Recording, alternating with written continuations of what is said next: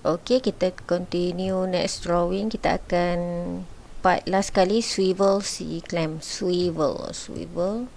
So kita create new, standard, create, make sure tengok dia tak tukar lagi. Start to di sketch. So saya ambil yang ni. Berapa jarak dia? Diameter 19. So saya akan buat circle diameter 19. Finish sketch. Kita akan extrude sebanyak 10. Extrude 10. Okey. So ni kita pakai C chamfer diameter 6. Chamfer distance dia 6 mm. So klik je lah sini. So lepas tu ada satu circle kat sini.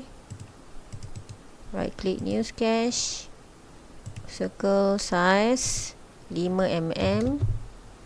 Finish sketch lagi. Kita extrude.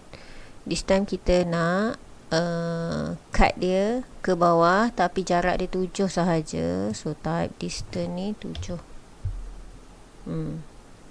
Okay. So material dia still non-alloy. Material dia still non-alloy. Color orange. Okay. Save.